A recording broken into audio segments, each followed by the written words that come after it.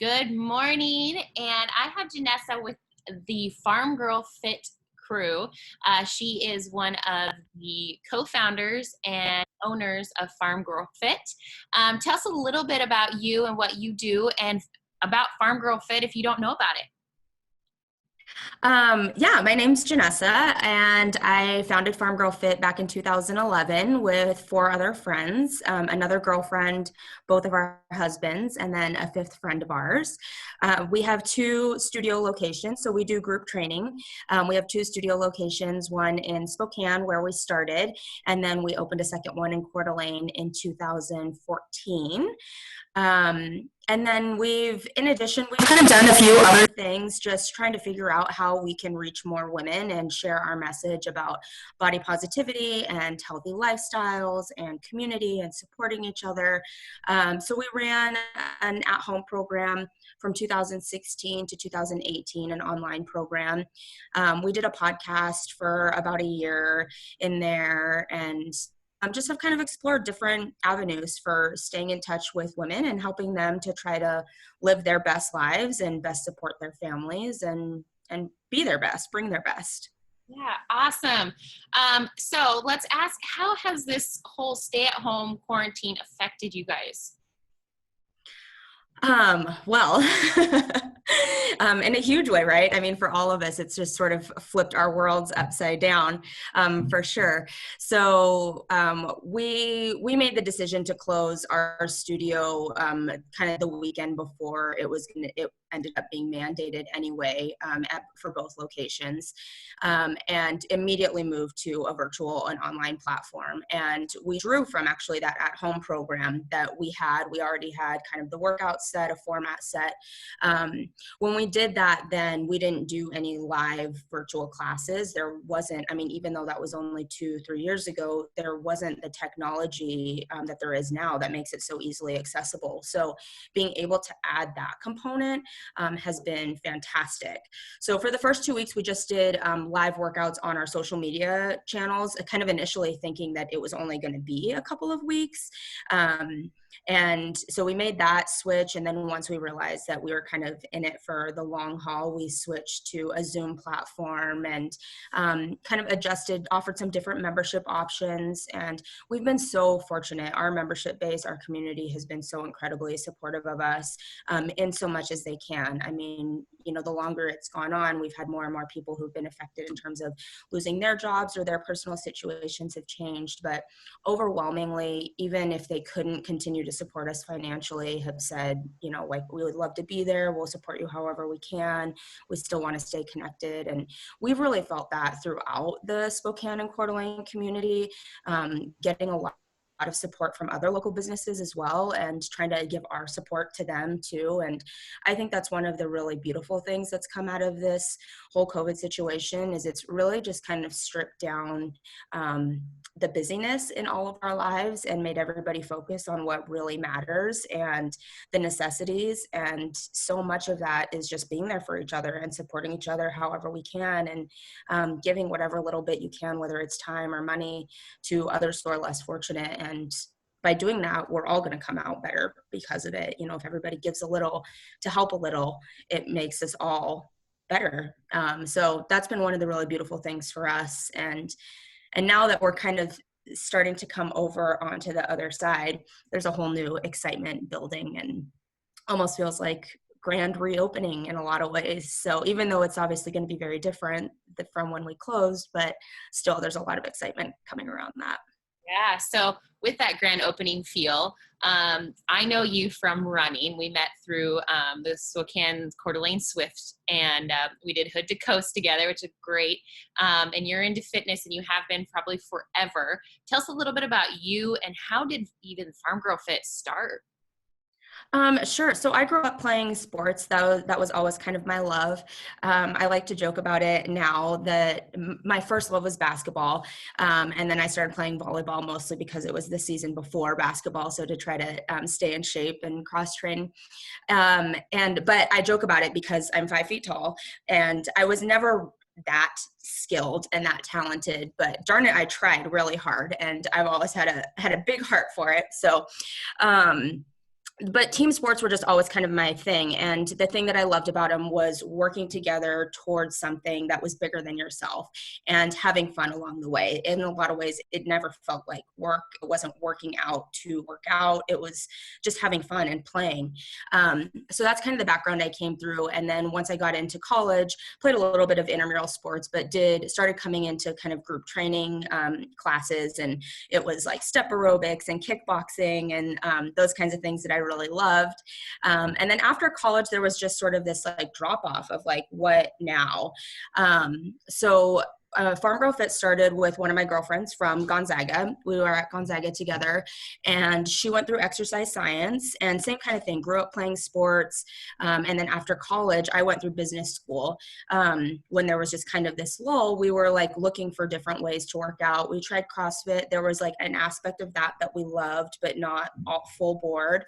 And so we thought, why don't we create something like this, and specifically for women? So what we loved about CrossFit was that it made weightlifting so achievable and kind of commonplace. And we'd been exposed to it a little bit through sports, but a lot of women especially had not, and especially like the generation prior to us, a slightly older demographic.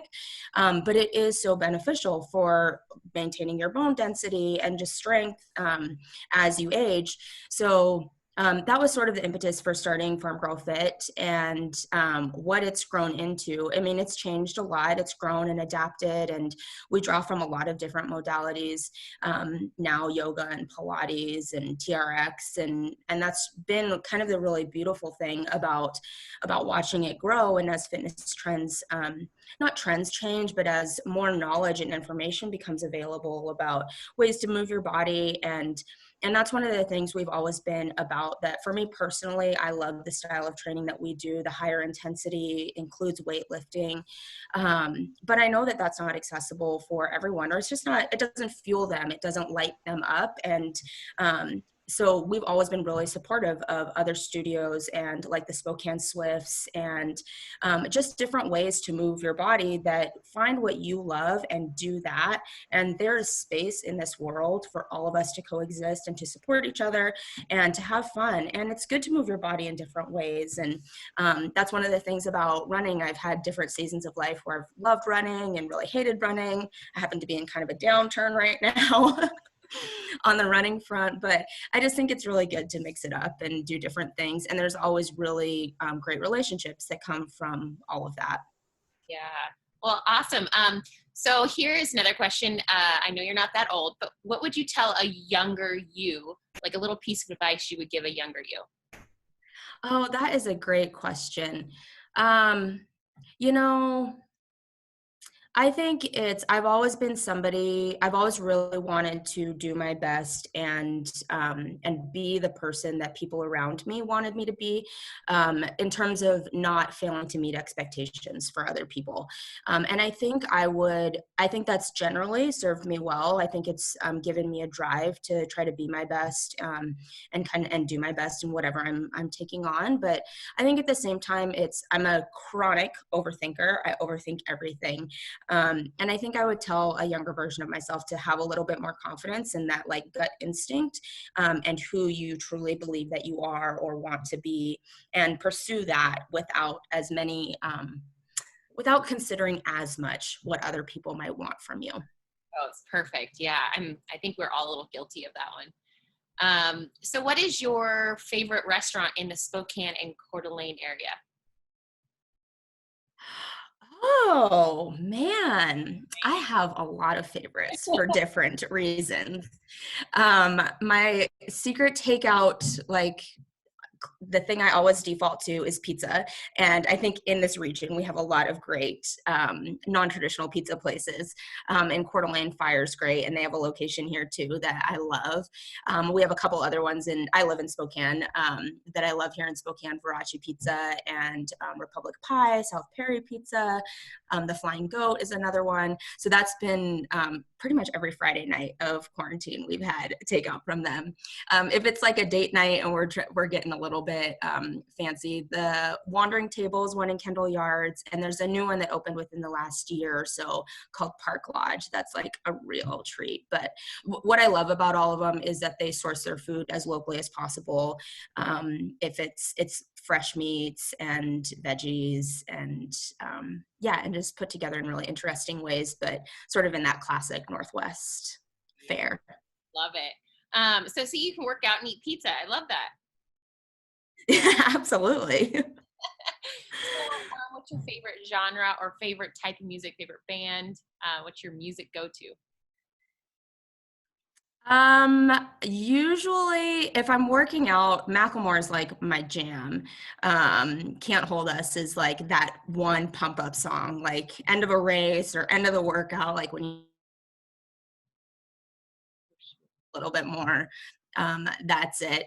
I do a lot of like EDM. I do a lot of 90s hip hop. It just kind of depends. Like if it's more of like a lifting kind of day, the 90s hip hop comes in pretty serious. I'd say those are kind of my defaults. Awesome. So, last question. So you and Farm Girl Fit, you guys give back to the community a lot.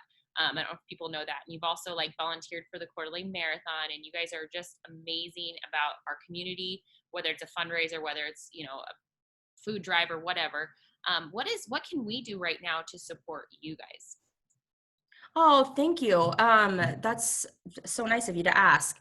I mean, the biggest thing is financial support right now is huge. But also being part of our sweat community. So we're doing, our Coeur d'Alene location opens on Monday. I'm so excited about Monday the 18th.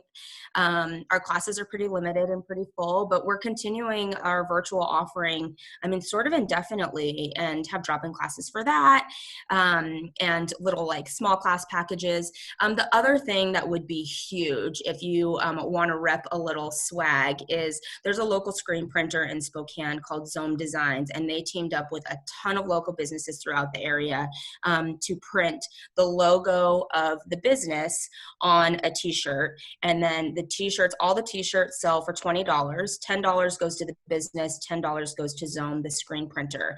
And they've done that they're calling it the Here for Good campaign. And STCU was involved in that. That's partially their slogan also. So if you look up Zome Design on Instagram or on our Instagram, they've partnered up with a lot of local businesses, a lot of breweries, bakeries in both Spokane and the Coeur d'Alene area. So that's an easy way. Grab a t-shirt and it goes straight to local businesses, ours and other ones too. Awesome. Last thing is, how can people get a hold of you or sign up for classes or get involved with Farm Girl Fit? Probably the easiest way is on our website, which is farmgirlfit.com. We're all over social media channels. On Instagram and Facebook are the two primary. Signing up for classes, we're on MindBody, so you can find us on there too, and we kind of cross-link all that stuff.